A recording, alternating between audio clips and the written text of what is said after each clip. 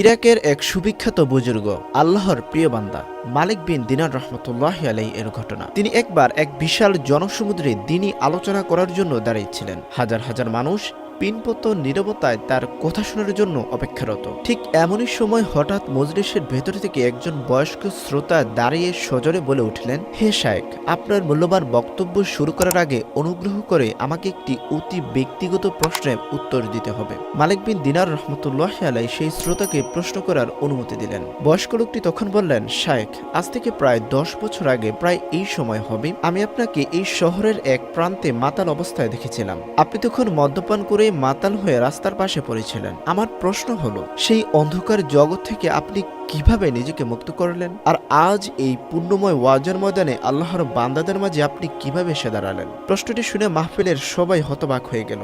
মালিক বিন দিনার রহমতুল্লাহি আলাইহি কিছুক্ষণ মাথা নিচু করে রইলেন। তার চোখ দিয়ে পানি গড়িয়ে পড়ছিল। গভীর দীর্ঘ শ্বাস ফেলে তিনি বললেন, হে আল্লাহর বান্দা, আপনার কথা সম্পূর্ণ সত্য। আমি সেই হতভাগ্য ব্যক্তি ছিলাম। আমার জীবনের সেই অন্ধকার অধ্যায়টি আজ আপনাদের সামনে খুলে বলছি।